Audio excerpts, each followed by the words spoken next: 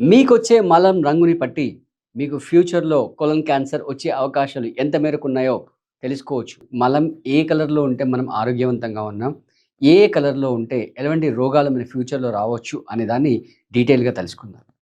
ఒక ఆరోగ్యవంతమైన మానవుడి యొక్క మలం అనేది బ్రౌన్ కలర్‌లో ఉంటుంది.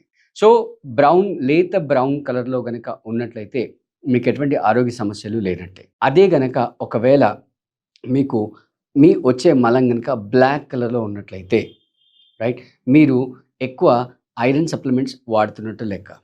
అదే గ్రీన్ కలర్‌లో గనుక వచ్చినట్లయితే మీకు లివర్ సమస్యలున్నట్టుగా లెక్క. అలా కాకుండా రెడ్ కలర్‌లో గనుక ఉన్నట్లయితే మీకు ఫ్యూచర్‌లో నియర్ ఫ్యూచర్‌లో మీకు పైల్స్ కానీ, రెక్టమ్ క్యాన్సర్ కానీ వచ్చే సమస్యలు ఉన్నట్టుగా మీరు గుర్తుంచుకోవాలి. అండ్ ఇక్కడ ఒక విషయం గమనించాలి.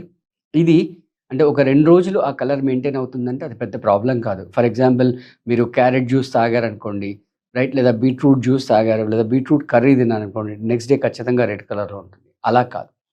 కంటిన్యూయస్‌గా ఒక 1 వీక్, 10 డేస్ ఈ కలర్‌లు గనుక మెయింటైన్ అవుతే, మీకు ఇప్పుడు చెప్పిన సమస్యలనేవి రావడానికి సంకేతాలు అంటే రెడ్ అలర్ట్ అనమాట. మిగతా ఇన్ఫర్మేషన్ అంతా కూడా ఇక్కడ షేర్ చేశాను. ఇది చూసుకొని మీరు ఫాలో అవ్వచ్చు. మరిన్ని ఇంట్రెస్టింగ్ అప్డేట్స్‌తో నెక్స్ట్ వీడియోలో కలుద్దాం.